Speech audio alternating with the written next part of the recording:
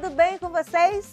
Cacau Sotero por aqui com língua portuguesa, na Íris, fazendo a interpretação para os chuchus que não nos ouvem, né?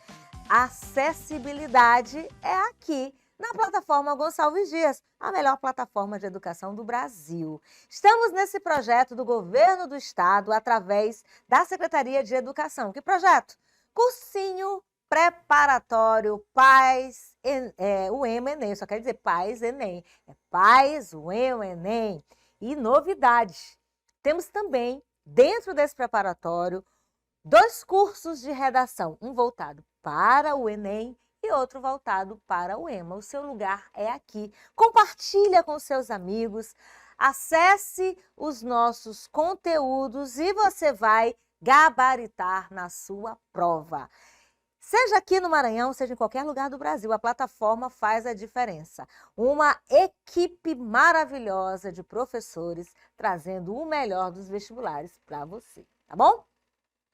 Aqui nós estamos trabalhando somente as questões da UEMA, questões que já foram trabalhadas em vestibulares anteriores, assim você vai ver, ó, como é que a UEMA trabalha a obra, como é que trabalha a interpretação, como é que aborda a gramática. É comigo. Eu tenho aqui texto para as questões que virão. O trecho a seguir é parte do artigo 3 tempos de uma mesma história, que é só uma interpretação textual, tá, gente? Publicado na revista Cult, que apresenta dados de épocas diferentes, revelando a situação social contrária a negros e a pobres. Leia o que, gente? O trecho, para responder à questão. Deixa eu falar uma coisa para vocês. Essa questão aqui social, revelando a situação social contrária a negros e pobres, é um assunto, é uma pauta bem relevante e bem atual, tá bom? Como se sabe, muitas das tropas brasileiras foram compostas de escravos que se alistavam, não só com a promessa de alforria, mas também pelo compromisso do imperador Pedro II em abolir a escravidão. Olha, isso aqui é interessante demais. Ao final da guerra, em vez de libertação, em 1871, foi promulgada a Lei do Ventre Livre, que no papel considerava em liberdade todos os filhos de mulheres escravas nascidos a partir daquela data. Lei do Ventre Livre. Na prática, crianças negras nascidas livres continuavam trabalhando nas mesmas condições das que nasceram escravizadas. Gente, naquela época era um engodo, né? Tô grávida, sou negra, tô grávida. Ah, nesse ano aqui meu bebê é livre, mas eu sou escrava. Então ele ia para onde? Deve ficar comigo, né? Então, umas coisas assim que não existe. Tantos dados de diferentes tempos no mesmo território nos informam como o Estado brasileiro está a serviço do capital financeiro. E nós? Assistimos a tudo isso? Evoco a pergunta, provocação de um militante do movimento negro durante um seminário que aconteceu na 32. Gente, só voltando aqui, ó, para você entender, porque eu fiz a leitura bem rápida.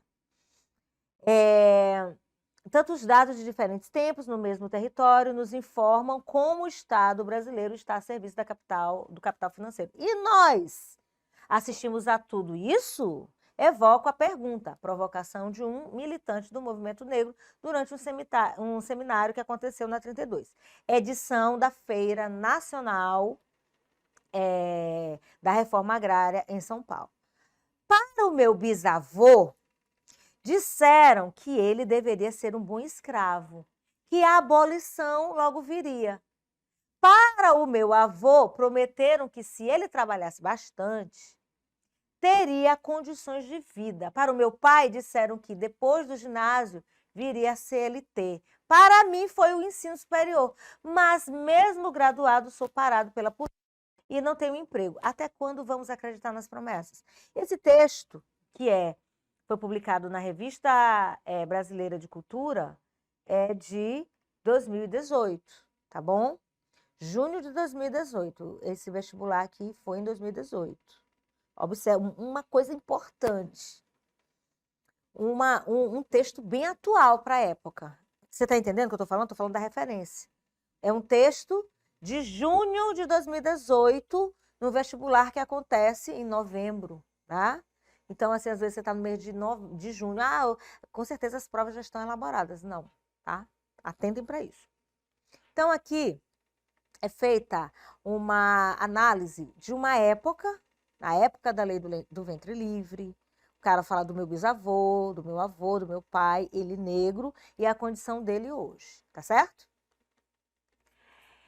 Para responder essa questão, olha só. Quando a colunista evoca a pergunta de um militante do movimento negro durante um seminário, assim, até quando vamos acreditar nas promessas? Seu propósito é qual? Qual é a intenção, gente? Toda fala é carregada de intencionalidade, de intenção. Quando você fala uma coisa, você tem uma intenção, seja de provocar um humor, seja de convencer alguém, seja de informar, enfim, você tem um objetivo. E nesse caso aqui, nessa fala, qual é o propósito? Esperar a adesão do leitor ao protagonismo atual do Estado brasileiro na aceitação dos direitos dos negros no país. Letra B. Trazer à luz antigos ganhos obtidos pelos escravos integrantes das tropas brasileiras, bem diferentes das ocorrências atuais. Observa que o texto fala de supostos ganhos obtidos numa época passada. Isso é verdade. Ganhos, eu estou botando as aspas aqui porque não foi bem um ganho, mas o texto traz. Então, observa que a questão pode fazer você te induzir ao erro e marcar uma opção errada. Não estou dizendo que ela está errada, também não estou dizendo que ela está certa, tá bom? Letra C. Responder ao militante e aos leitores, no próprio texto, a pergunta sobre as mudanças progressivas ao longo dos diferentes tempos. Letra D. Reiterar a expectativa do militante sobre a exatidão de um exercício dos direitos e da liberdade do negro no Brasil. Ou letra E. Neutralizar o ponto de vista jornalístico sem manifestar posicionamento a respeito do clamor do militante. Cacau, eu não lembro nem o que é a alternativa A. Pausa o vídeo, volta um pouquinho, tá? E aí você vai ver de novo, ler de novo. Você baixou o material, pausa o vídeo, faz a leitura, e aí você vai marcar a alternativa correta, que é essa aqui, ó. A reiterar a expectativa do militante sobre a exatidão do negro no Brasil. Quer dizer, e agora? Vou voltar aqui para você ver. Olha só. Até quando vamos acreditar nas promessas? Chega! Precisamos fazer alguma coisa. Militar, brigar, né? A palavra militar, fulano é militante. A gente tem que fazer as associações das palavras, tá certo? Então, reiterar a expectativa do militante sobre a exatidão de negro no Brasil, né? Como é que é a condição do negro atualmente no Brasil? Tudo isso a gente precisa pensar, tudo isso a gente precisa discutir, porque é o nosso convívio, é a nossa forma de trabalhar e a gente não pode fechar os olhos para as questões sociais que estão aí bem presentes na nossa vida. Ainda sobre o texto. No trecho, aliás, o texto é um trecho, né? Mas enfim. Para o meu bisavô, que era negro, disseram que ele deveria ser um bom escravo, que a abolição logo viria. Ó, seja um bom escravo, que logo, logo a abolição vai chegar, tá? Disseram isso para o meu bisavô. Mas para o meu, esse efeito semântico, aqui, gente, a gente tem uma questão gramatical trabalhando nesse texto para fazer a gente entender alguma coisa, ó. O efeito semântico do adjetivo bom escravo. Semântica é a parte da gramática que trabalha com esse entendimento aí da significação, tá bom? Considerando o contexto, ressalta a ideia de que o que é ser um bom escravo? É viver piedosamente? É servir? Eu vou te servir, tu vai me servir, eu tô te enganando e tu fica me servindo, eu tô te enganando e tu fica me servindo. Servilismo enganoso. intimidade partilhada, altruísmo devocional, ou seja, eu consigo me colocar no teu lugar, será que havia isso? Ou companheirismo autêntico. Então, quando eu digo isso, quando eu leio essa parte, eu vou entender que um bom escravo, na verdade, está se referindo a servilismo enganoso. Não tem nada disso aí, não. Tem que continuar trabalhando para mim. Tá bom? É por aí. Mais um texto. Leiam aí comigo, ó. E esse povo lá de Riba, de Pernambuco, da Paraíba, que vem buscar no Recife poder morrer de velhice, encontrar só aqui chegando cemitérios esperando. Antes de mais nada, eu quero te falar aqui desse jeito de falar, de Riba. Riba quer dizer acima, né? Mas é uma expressão usada no Nordeste, usada nos interiores. São formas de falar característicos de uma região. Cacau, está errado? Não, não está errado. Nós temos uma gramática normativa que nos leva ao entendimento das regras. Nós temos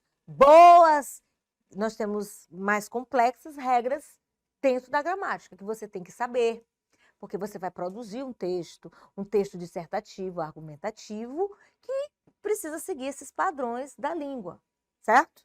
Então, ali você vai ser avaliado dentro de um exame acerca daquilo que você aprendeu da língua portuguesa. Beleza.